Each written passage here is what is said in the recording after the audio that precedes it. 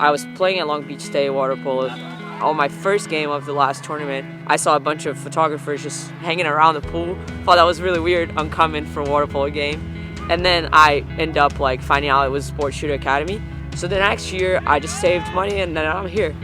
Like, I come from a photographer background family. So my dad shot for Reuters, my cousin shot for Reuters, my grandpa was a photographer, my aunt's a photographer, so I was always around that.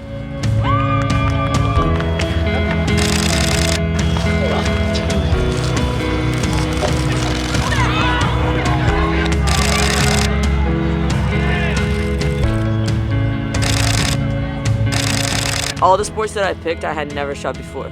First day of shooting, I ended up choosing baseball, that I had no clue the rules or anything, and I thought that was really cool. I was happy on how it turned out. Yesterday, we did a couple of portraits, which was also really cool, just using different speed lights and helping each other to just get the best picture possible. We got to a point that we were like 5 people trying to take one shot, so it was really cool just to like deal with everyone and learn from everyone as well.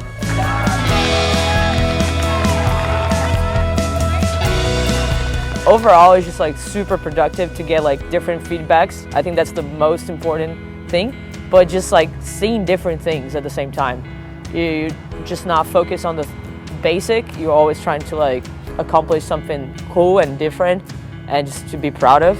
And I feel like that was really like different for me, just seeing actual different things, like not going just for the action shots, going for details, at the editing process, doing the different crops and different things that you can do with it. I think the first day was really like a lot of information, and I just got back to the hotel and I was just like super tired from all those informations, but in the second day you used all of those informations at the same time. In the future it's going to be like super good to just see different and go to different events and just go home and maybe be able to share that around too.